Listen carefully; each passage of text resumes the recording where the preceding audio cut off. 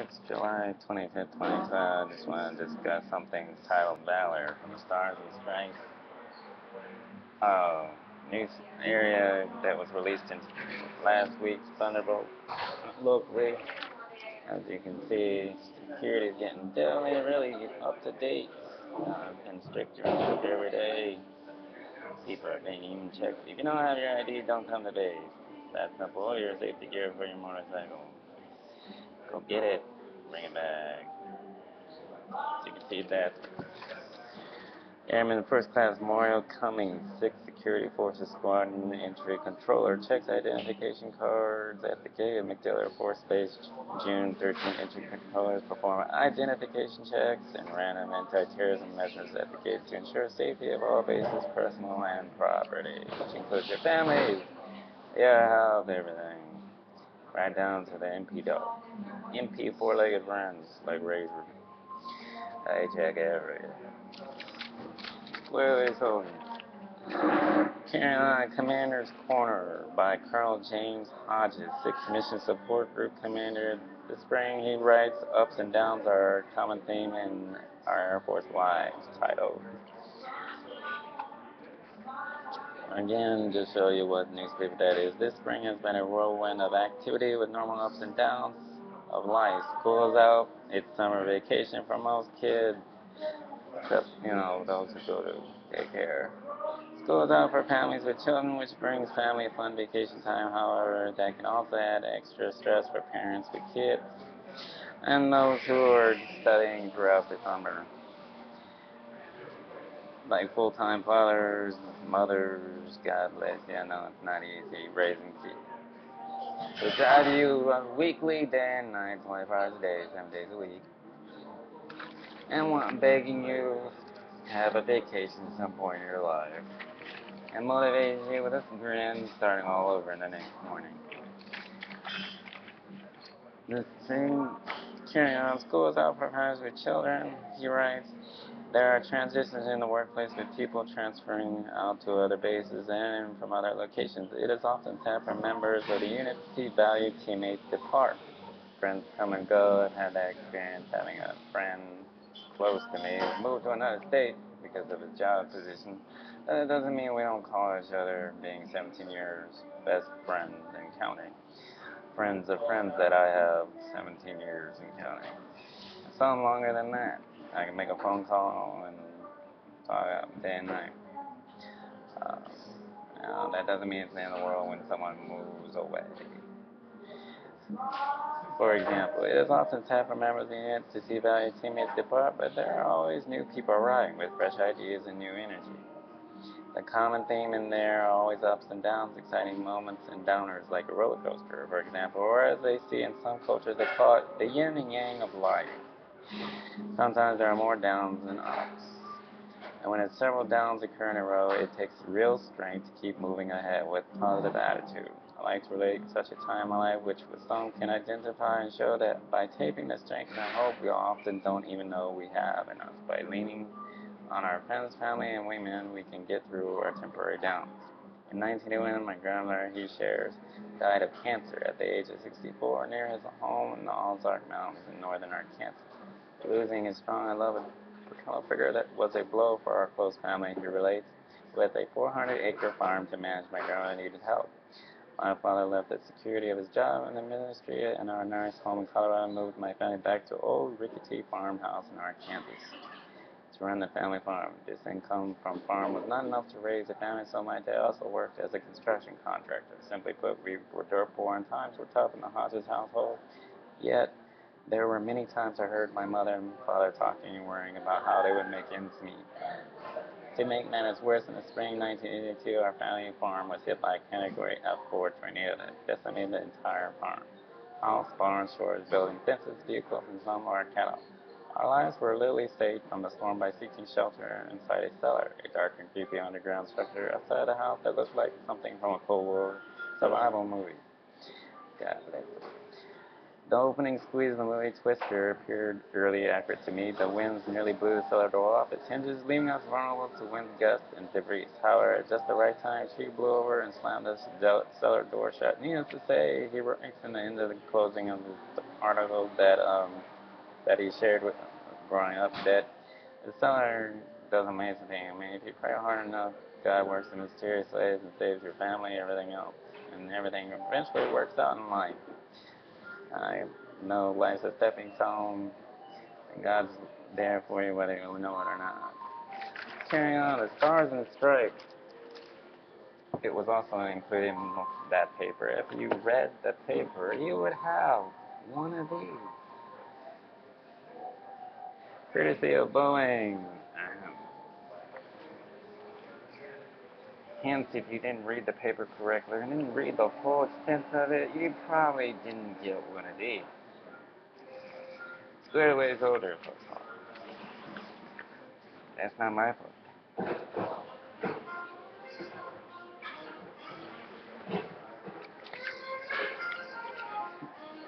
Dollar.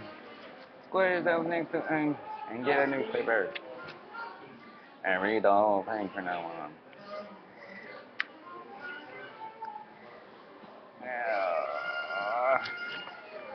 Enduring valor is the courage and commitment of those who serve in our armed forces to keep our nation safe and free. It's our privilege to salute and support the military.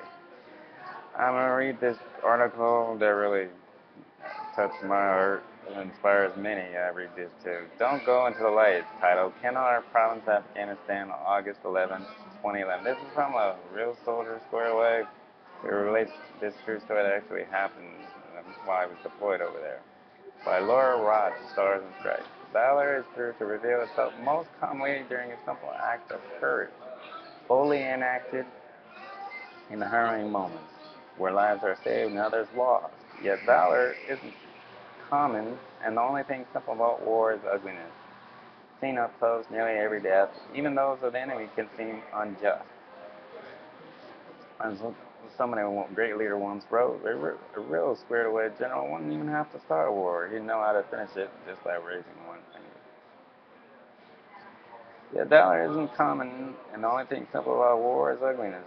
Seen up close, nearly every death, even those of the enemy, can seem unjust.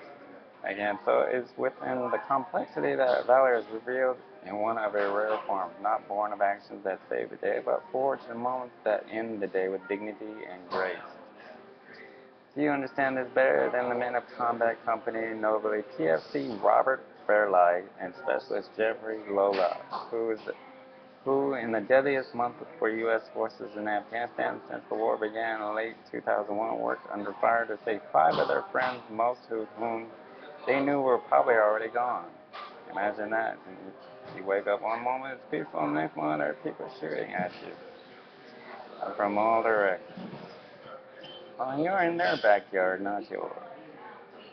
Keeping peace alive. 2001 worked under fire to save 5 of their friends, most of whom they knew were probably already gone. Fairlight and Lola both were 1st Battalion, 32nd Infantry Regiment, 10th Mountain Division, were posted on August 11, 2011 at a battle position nicknamed Coral. They were barely awake when they heard the blast, but explosions were nothing new in Nahum, so they hardly stirred. After the first week, there, you just stopped reacting to them, said Fairlight, the platoon's medic, but the blast was greatly different. A squad of their soldiers rolled over and improvised explosive device on a desolate road in central Kandahar province. The blast reached the whole of their mine-resistant ambush protected vehicle, pushing the engine into the cab and blowing the doors and the turret. From surrounding fighting positions, soldiers watched as the explosion sent a plume of white smoke nearly 200 feet in the air. I can relate to these IEDs. They're not very nice. I mean, it's just, to me, if you're going to fight a war, you might as well come out and do the real fight instead of hiding behind a landmine. Improvised explosive device, or English terms, it's just cowardness. The blast reached the hole again, their mine-resistant ambush protected the vehicle, generally pushing the engine into the cab and blowing the doors and turret from surrounding fighting positions. Soldiers watched as the explosion sent a plume of white smoke nearly 200 feet in the air. With the arrival a few minutes later at Fairlight's M-ATV, the all-terrain MRAP used in Afghanistan, he was out of a truck before it stopped moving. Lolo was close behind. The catastrophic blast had thrown the soldiers and no one was moving. They were all gone, Lola thought. Still, they ran toward the wounded, stepping out over a secondary IED that failed to detonate. Fairlight went to work on one soldier and Lola on another. Then gunfire erupted. They had raced into an ambush. Using the blown turret as cover, Lola fired and on insurgents before turning back to his patients. Keep breathing, he said, wrapping tourniquets on the soldier's legs. Don't go into the light. But there was no cover for Fairlight, who was kneeled over a wounded soldier in a poppy field when the shooting started. He turned his back to the fire and leaned over his friend, using his body to protect him. As the bullets sped by, you know, there's a favorite song that go by John 3-15. You gotta look at that real hard for you square away.